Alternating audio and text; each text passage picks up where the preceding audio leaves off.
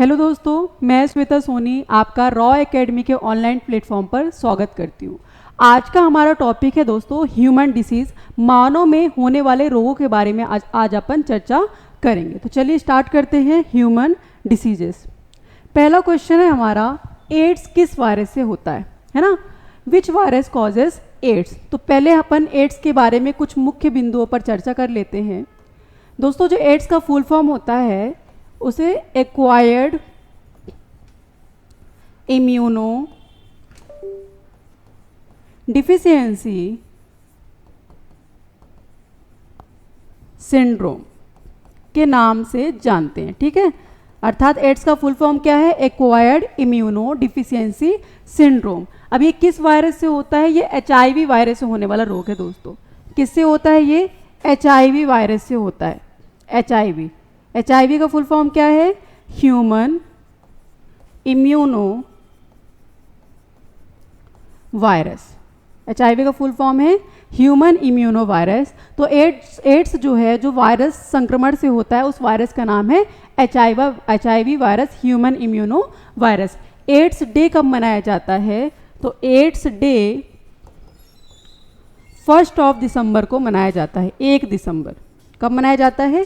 1 दिसंबर को एड्स दिवस या एड्स डे मनाया जाता है। तो पहला आंसर क्या हो गया? Option number B, HIV। चलिए नेक्स्ट क्वेश्चन देखते हैं अपन।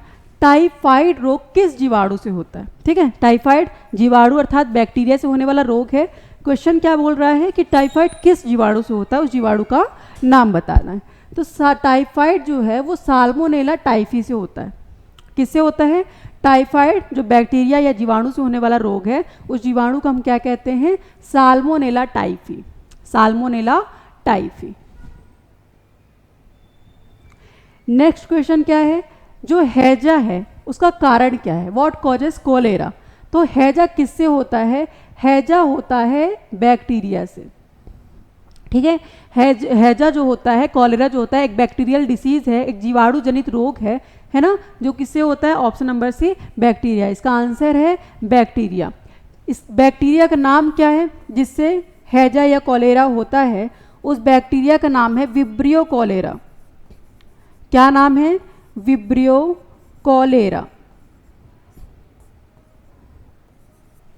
विब्रियो कॉलेरा उस बैक्टीरिया या जीवाणु का नाम है जिससे हैजा होता है, ठीक है। तो इसका आंसर हो गया ऑप्शन नंबर सी।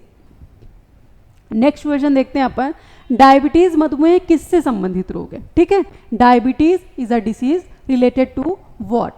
अब ये किससे रिलेटेड होता है? तो ये होता है शुगर लेवल से, ठीक है। किससे रिलेटेड होता है? शुगर लेवल से होता है। चलिए देख लेते हैं। जो डायबिटीज होता है दोस्तों, इसके लिए रिस्पॉन्सिबल होता है इंसुलिन हार्मोन। कौन सा hormone? Insulin hormone. Secreted by beta cell. और बीटा सेल कहाँ पे प्रेजेंट होती है? ये प्रेजेंट होती है पैनक्रियाज में। कहाँ प्रेजेंट होती है? पैनक्रियाज में, जिसे हम हिंदी में अग्नाशय कहते हैं। क्या कहते हैं? अग्नाशय। तो देखिए, ये जो इंसुलिन हार्मोन होता है जो बीटा सेल सिक्रीट करती है, ये हार्मोन जब प्रोडक्शन बंद कर दे, क्या कर दे? प्रोडक्शन, या तो इंसुलिन हार्मोन का प्रोडक्शन बंद हो जाए या कम हो जाए, लेस प्रोडक्शन हो जाए, कम हो जाए, ठीक है। तो क्या होगा कारण? फिर अगर इंसुलिन हार्मोन का प्रोडक्शन बंद हो जाए, कम हो जाए, तो आपके ब्लड में शुगर लेवल इंक्रीज हो जाएगा। क्या हो जाएगा आपके ब्लड में? शुगर लेवल अर्थात शर्करा का स्तर ज़्यादा हो जाएगा। और ब्लड में जब शर्करा का स्तर ज़्यादा हो जाएगा तो एक रोग हो जाएगा, उसी हम कहते हैं क्या? डायबिटीज़। डायबिटीज़ अर्थात मधुमेह। ये भी 2 टाइप का होता है दोस्तों, टाइप 1 एंड टाइप 2, ठीक है। टाइप 1 डायबिटीज़ जो होता है दोस्तों, वो बच्चों में होता है, ज़्यादातर बच्चों में देखने को मिलता है, बच्चों में। और टाइप 2 एडल्ट्स में। कहाँ पे? एडल्ट्स अर्थात वयस्कों में देखने को मिलता है, ठीक है। तो इससे रिलेटेड कुछ फैक्ट्स हैं जो हमको देखने हैं। तो डायबिटीज़ किससे संबंधित है? शर्करा, शुगर लेवल से संबंधित होने वाला रोग है, ठीक है। तो इसका आंसर क्या हो गया? ऑप्शन नंबर बी, शर्करा स्तर या शुगर लेवल। चलिए नेक्स्ट क्वेश्चन देखते हैं हम। मलेरिया में संक्रमण का कारण कौन सा प्रोटोजोआ है? ठीक है, मलेरिया में जो संक्रमण होता है वो किस प्रोटोजोआ से होता है? पहली बात तो मलेरिया प्रोटोजोआ से ही होने वाली बीमारी है, यहाँ पे लिखा भी है और हम जानते भी है कि मलेरिया किससे होती है? प्रोटोजोआ से होने वाली बीमारी है। अब किस प्रोटोजोआ से होता है? तो इसका आंसर है ऑप्शन नंबर सी, प्लाज्मोडियम, है ना। क्या है इसका आंसर? प्लाज्मोडियम। किससे फैलता है मलेरिया? मच्छर से फैलने वाला रोग है। ठीक है, अब प्लाज्मोडियम उस प्रोटोजोआ का नाम है जो मलेरिया कॉजिंग है ना। प्लाज्मोडियम की भी 4 स्पीसीज होती हैं। कितनी स्पीसीज है? 4। एक का नाम है plasmodium falciparum, plasmodium vivax, plasmodium ovary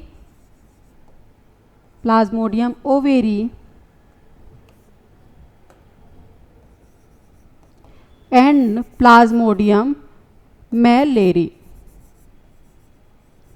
तो प्लाज्मोडियम स्पीसीज 4 होती हैं। प्लाज्मोडियम से ही मलेरिया रोग होता है। प्लाज्मोडियम की स्पीसीज के नाम क्या हैं? Plasmodium falciparum, plasmodium vivax, plasmodium ovale and also plasmodium malariae. तो इसका आंसर क्या हो गया दोस्तों? प्लाज्मोडियम, जो एक प्रकार का प्रोटोजोआ है। क्या है? प्रोटोजोआ है। चलिए नेक्स्ट क्वेश्चन देखते हैं हम।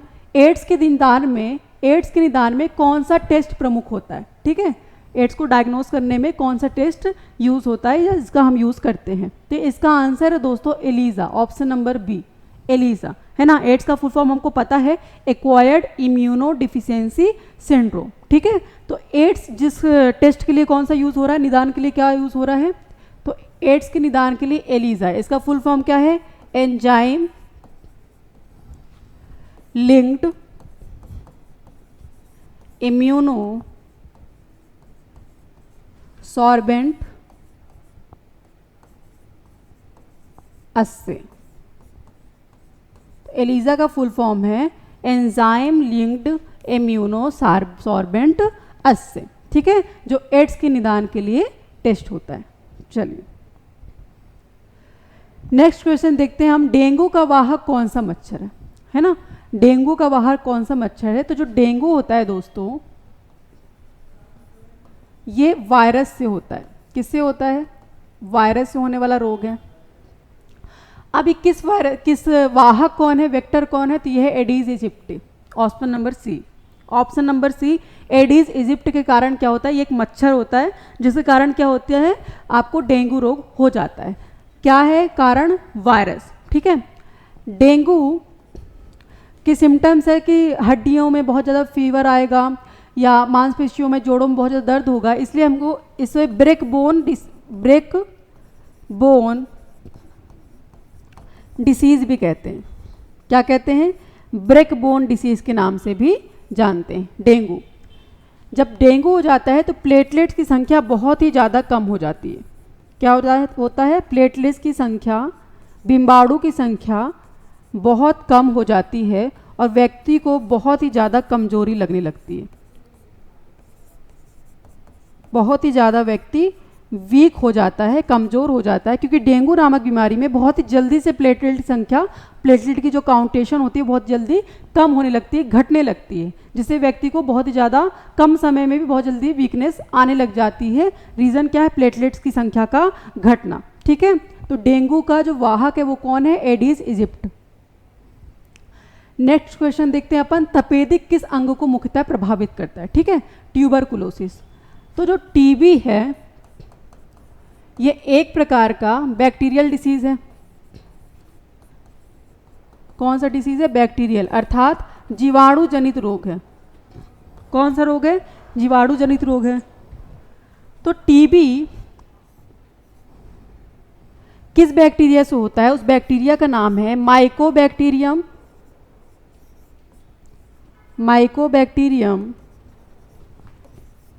ट्यूबरकुलोसिस। उस बैक्टीरिया का नाम है माइकोबैक्टीरियम ट्यूबरकुलोसिस, जो क्या करता है? किसी व्यक्ति को टीबी या किसी व्यक्ति में तपेदिक का कारण बनता है। ये किस अंग को प्रभावित करता है? तो ये व्यक्ति के लंग्स अर्थात फेफड़े को लंग्स को प्रभावित करता है, इफेक्ट करता है। तो इसका आंसर क्या हो गया? Option number B, lungs. Next question अपना, एक व्यक्ति को तेज बुखार, ठंड लगना और पसीना आना बार बार हो रहा है। ठीक है, सिम्टम्स क्या है? तेज बुखार आ रही है, ठंड लग रही है, पसीना आ रहा है। यह किस रोग का लक्षण है? ठीक है, अब इसमें देखना है ये किस रोग का लक्षण है। तो इसका आंसर हो गया आपका ऑप्शन नंबर बी, मलेरिया। क्या है इसका आंसर? मलेरिया। मलेरिया किससे हो रहा है? प्रोटोजोआ से होने वाली बीमारी है, प्रोटोजोआ से होने वाली डिसीज है। अब मलेरिया जब होता है किसी व्यक्ति को, तो उस व्यक्ति का स्प्लीन प्रभावित होता है ना। उस व्यक्ति को कौन सा अंग प्रभावित होता है? स्प्लीन, जिसे हम प्लीहा या तिल्ली के नाम से भी कहते हैं। ठीक है, अब ये जो स्प्लीन है दोस्तों, यहाँ पे ब्लड स्टोर होता है। प्लीहा में क्या होता है? ब्लड स्टोर होता है। दैट्स वाई हम इसे ब्लड बैंक भी कहते हैं, क्योंकि यहाँ पे स्टोर क्या हो रहा है? ब्लड स्टोर हो रहा है।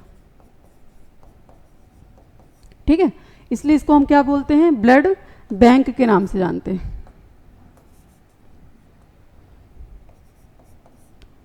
अब क्या होता है, जैसे प्लाज्मोडियम है ना, जो एक प्रकार का प्रोटोजोआ है जिसके कारण मलेरिया होता है, प्लाज्मोडियम आपके शरीर में इंटर करता है, तो वो कहाँ पे इफेक्ट डाल रहा है? स्प्लीन में इफेक्ट डाल रहा है। स्प्लीन जैसे प्रभावित हो जाता है प्लाज्मोडियम के कारण, तो स्प्लीन में जो स्टोर ब्लड है, रक्त का जो जमाव हुआ है स्प्लीन में, रक्त जहाँ स्टोर हुआ है, संग्रहित हुआ है, वो स्प्लीन ही है, प्लीहा ही है।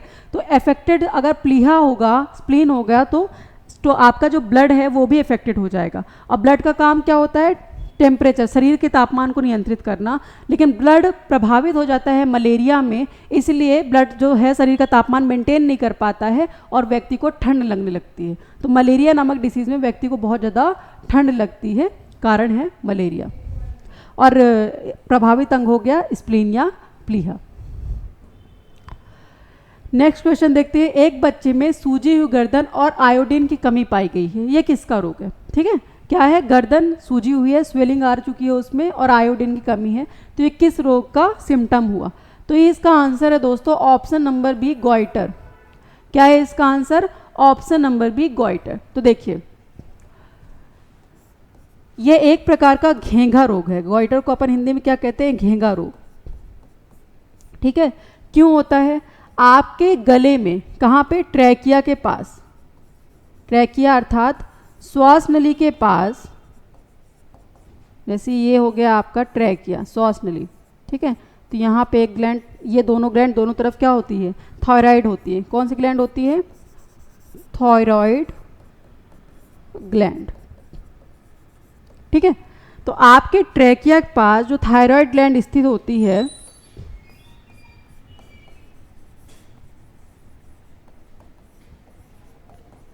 ये एक हार्मोन का सिक्रीशन करती है। उस हार्मोन को हम कहते हैं थायरॉक्सिन हार्मोन। कौन सा हार्मोन?